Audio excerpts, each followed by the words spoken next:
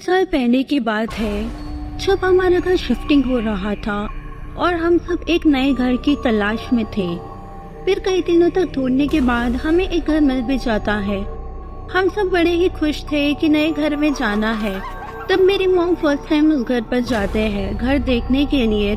तब वहाँ कुछ ऐसा था जो बहुत शॉकिंग था, लेकिन मेरी मॉम ने उस चीज पर इतना ध्यान नहीं दिया। उस घर के किचन पर कांच के बर्तन टूटे फूटे पड़े हुए थे और वहाँ एक प्रेग्नेंट लेडी बेड पर लेटी हुई थी और वो बिल्कुल बात करने की हालत में नहीं थी, जैसे वो बहुत ज्यादा डरी हुई हो। लेकिन मेरी मॉम को तब भी सब कुछ नॉर्मल ही लगा और फिर हमने वो घर ले लिया।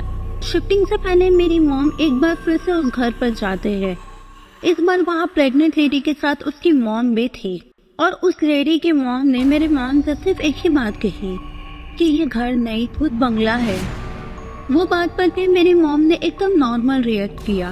उनको लगा शायद लेडी झूठ कह रही हो, लेकिन आगे जो होने वाला था उसने तो हम सबके होश ही उड़ा दिए। अब वो लेडी घर खाली करके वहाँ से चली जाती है और अब हमारे शिफ्ट होने की टर्न थी। लेकिन मेरे मॉम के दिमाग में उस लेडी की कहीं भी बात कहीं न कहीं घूम रही थी और उनको डर सा लग रहा था। लेकिन अब घर ले चुके थे और कैसे भी करके रहना ही था। शिफ्टिंग से पहले घर को क्लीनिंग करना था, बट अनफॉर्चुनेटली वहाँ पानी नहीं था, जिसके लिए मेरे मॉम मेरे अंकल को सजेशन देते हैं कि आज की रात तुम यहाँ रुक जाओ, सुबह पानी भर के चले आना। लेकिन मेरे अंकल ने भी उस बात को मजाक में ले लिया और अपने कुछ दोस्तों को लेकर उस घर पर रात गुजारने चले गए। पहले सब कुछ नॉर्मल ही था, लेकिन फिर कुछ ही देर बाद अचानक से घर की लाइट चली जाती है। तो वो लोग भी अब डर जाते हैं बिकॉज अंकल को मेरी मॉम की कही हुई बात याद आ जाती है। अंकल वही सोच रहे थे कि उतने में वॉशरूम से आवाज आने लगती है। वॉशरूम का टैप अपने आप ही ओपन हो चुका था, जैसे किसी ने उसे जानबूझकर खोला हो। लेकिन वो इस बात को भी नॉर्मल समझकर टैप बंद कर देते हैं। अब जैसे ही वो रिटर्न रूम की तरफ आ रहे होते हैं, फिर से आवाज आने लगती है। अब वो लोग बहुत डर जाते हैं। अब उतने में ही रूम की लाइट फिर से आ जाती है, लेकिन वॉशरूम का टैप अब भी चालू ही था।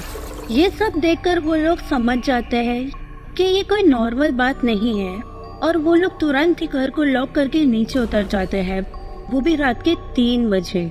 नीचे आकर जब उनकी नजर घर की विंडो की तरफ पड़ती है, तब उनको वहाँ एक औरत की शैडो दिखाई देती है जो घर में यहाँ से वहाँ, वहाँ से यहाँ हो रही थी और लाइट्स कंटिन्यू ऑफ ऑन हो रही थी। ये दिन जैसे उनके लिए सबसे बुरा दिन था। इतना सब होने के बाद भी मेरी फैमिली वहाँ शिफ्ट हो जाती है। चाहते ही मेरे मॉम को वहाँ हमेशा ऐसा फील होता था जैसे कि कोई बेडरूम से किचन की तरफ और किचन से बेडरूम की तरफ जा रहा हो। उनको हमेशा ऐसा लगता था कि जैसे कोई उनके पीछे हो, बट कुछ दिखाई नहीं देता था। वो थोड़े दिन ऐसे ही गुजर जाते हैं। फिर कुछ दिन बाद एक बहुत शॉकिंग चीज हुई जिसने हम सबको डरा कर ही रख दिया। वो एक रात की बात है, पूरी तरह सुनसान रात थी। घड़ी की आवाज टिक टिक कर रही थी और घर में सब सो रहे थे। मेरी मॉम भी एक कोने में सो रहे थे। तब अचानक से कोई उनका हाथ पकड़ के उनको खींच कर मेरे डैड से दूर ले जाता है। मेरे मॉम की आंख खुलती है, तब वहाँ कोई नहीं दिखाई देता। उनकी आवाज जैसे बंद ही हो जाती है। वो जोर जोर से चिल्लाने की ट्राई करते हैं, लेकिन आवाज नहीं निकलती, जैसे किसी ने उनका मुंह ही बंद कर दिया हो। पूरी तरह डरे हुए मेरी मॉम सबको घर में उठाने लगते हैं और ये सब सारी चीजें बताने लगते हैं। ये सुनकर सभी लोग पूरी तरह डर चुके थे और अगले ही 2 दिन में मेरी फैमिली ने उस घर को खाली कर दिया।